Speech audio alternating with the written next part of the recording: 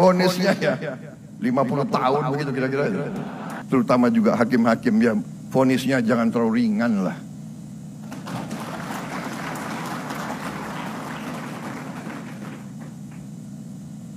Nanti dibilang Prabowo nggak ngerti hukum lagi. Tapi rakyat pun ngerti, rakyat di pinggir jalan ngerti.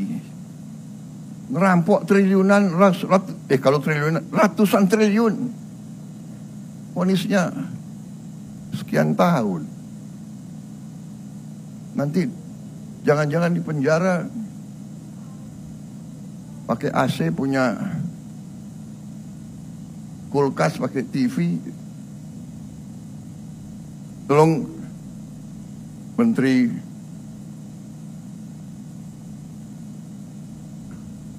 Pemasyarakatan ya, Jaksa Agung naik banding nggak? Naik banding ya? Naik banding. Vonisnya ya. Satu, menyatakan terdakwa Harvey Muiz terbukti secara sah dan meyakinkan bersalah melakukan tindak pidana korupsi yang dilakukan secara bersama-sama dan melakukan tindak pidana pencucian uang yang dilakukan secara bersama-sama sebagaimana dalam dakwaan ke-1 primer dan dakwaan kedua primer. 2, menjatuhkan pidana kepada terdakwa dengan pidana penjara selama 6 tahun dan 6 bulan dan denda sebesar 1 miliar rupiah. Hakim ketika memutus itu didasarkan pada bukti, pada alat bukti dan keyakinannya. Sedangkan mungkin media mendapatkan informasi tidak sepenuhnya. Tapi kalau media, rekan-rekan jurnalis hadir di persidangan melihat apakah bukti-bukti yang diajukan oleh para pihak dan yang apakah bukti-bukti tersebut telah dipertimbangkan dengan baik oleh hakim, maka media akan melihat bahwa putusan hakim itu harus memenuhi 3 hal. Yang pertama, menciptakan adanya kepastian hukum.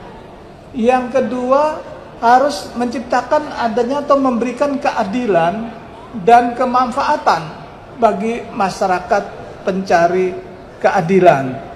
Disitulah hakim dalam memutus menggabungkan, meramu alat-alat bukti yang ada ditambah keyakinan. Ini dia alasan hakim cuma memvonis Harvey Muiz 6,5 tahun penjara. Sopan dan berkeluarga. Mohon maaf nih. Mohon maaf. Emang yang lain-lain kagak sopan di pengadilan.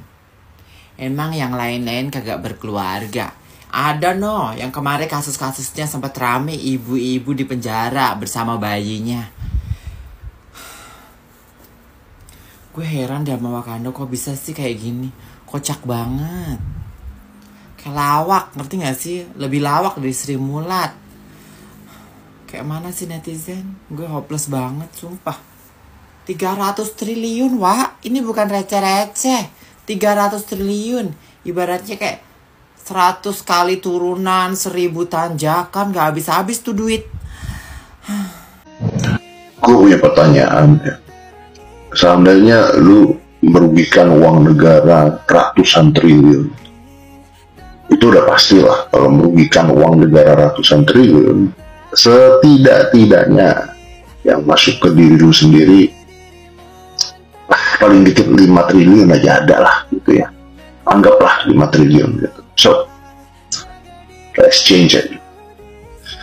Lu dapat uang 5 triliun, oke? Dengan resiko di penjara 6,5 tahun.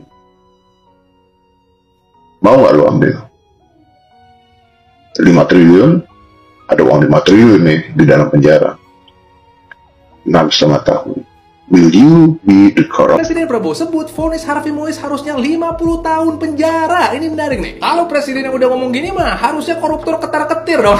Soalnya presiden kita bilang rakyat pun ngerti. Masa rampok ratusan triliun vonisnya cuma sekian tahun? Makanya beliau minta buat naik banding. Kalau bisa vonisnya 50 tahun. Quote lengkapnya bisa membaca di artikel Kompas yang ini. Menurut saya ini keren banget. Tapi itu kan permintaan presiden. Kenyataannya gimana? Masa iya omongan presiden nggak diikutin? Nah, yang harus kamu ingat, sistem pemerintahan di Indonesia ini bukan kayak kerajaan yang posisinya paling tinggi. Belum tentu semua omongannya mutlak harus diikutin. Karena kita pakai sistem trias politika. Apa nih? Ini sistem pemerintahan yang bentuknya pembagian kekuasaan. Jadi ada legislatif, eksekutif, dan yudikatif. Legislatif tugasnya bikin undang-undang. Contohnya kayak DPR dan MPR. Nah, eksekutif ini yang melaksanakan undang-undang. Contohnya kayak presiden dan gubernur. Yang terakhir ada yudikatif. Ini yang menegakkan hukum. Contohnya kayak MK dan MA. Semuanya saling berhubungan. Ini yang bikin, ini yang jalanin, ini yang mantau eksekusinya bener atau enggak. Semoga sih permintaan presiden kita supaya koruptor dihukum berat itu terlaksana. Kalau menurut kamu gimana? Saya mau denger pendapat kamu. Dapat 1 triliun tapi harus dipenjara 6 tahun.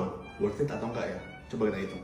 Oke, 1 triliun itu nolnya ada 12 guys. Jadi 1 kali 10 pangkat 12 gitu ya. Kita bagi 6 supaya kita dapat penghasilan per tahunnya. Sekitar 167 M. Jadi per tahun dapat segini. 1 tahun kan 12 bulan. Coba kita hitung ya. 167 dibagi 12. 13,9 M per bulan. Kita anggap 1 bulan 30 hari, maka kita bagi 30, 460 juta per hari. Kalau kita mau hitung per jamnya guys, kita bagi 24 jam ya. Kan 1 hari kan 24 jam. Jadi 460 kita bagi 24. Itu sekitar ya, anggap aja 20 juta per jam. Jadi kalau misalnya dapat 1 triliun selama 6 tahun tapi harus dipenjara, per jamnya kali penjara dapat 20 juta rupiah guys. Menurut kalian worth it atau enggak?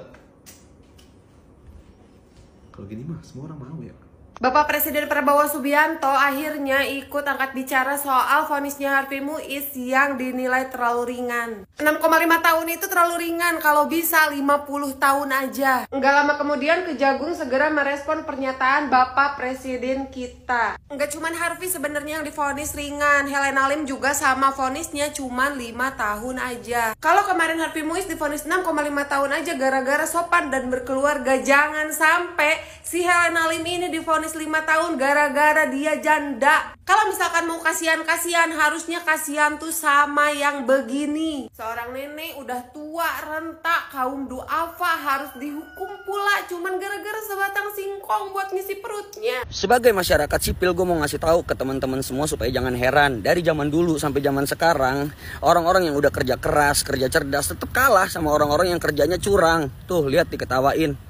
Kok bisa ada orang yang udah ngerugiin negara sampai 300 triliun tapi masih bisa ketawa? Ya iyalah bisa ketawa, orang vonis hukumannya rendah sampai hakimnya aja yang ngasih vonis itu ikutan cengar-cengir.